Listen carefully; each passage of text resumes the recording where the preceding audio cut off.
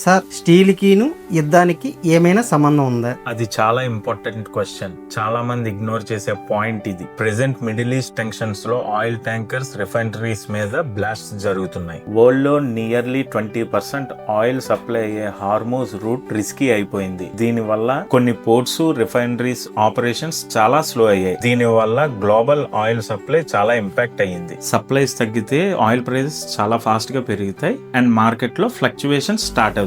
Oil అంటే fuel for everything. దాని వల్ల స్టీల్ ప్రొడక్షన్ కాస్ట్ పెరుగుతుంది, ట్రాన్స్పోర్టేషన్ కూడా పెరుగుతుంది అండ్ ఫైనల్ గా స్టీల్ ప్రైజెస్ కూడా పెరుగుతాయి. రీసెంట్ సిచ్యువేషన్స్ లో ఆల్రెడీ స్టీల్ ప్రైజెస్ నోటీసబుల్ గా ఇంక్రీజ్ అయ్యాయి. వార్ ఎక్కడ జరిగినా బిల్లు మాత్రం మన మీదే పడుతుంది. మీ ఒక్క రాంగ్ డిసిషన్ లక్షల లాస్ కి రీజన్ అవుతుంది.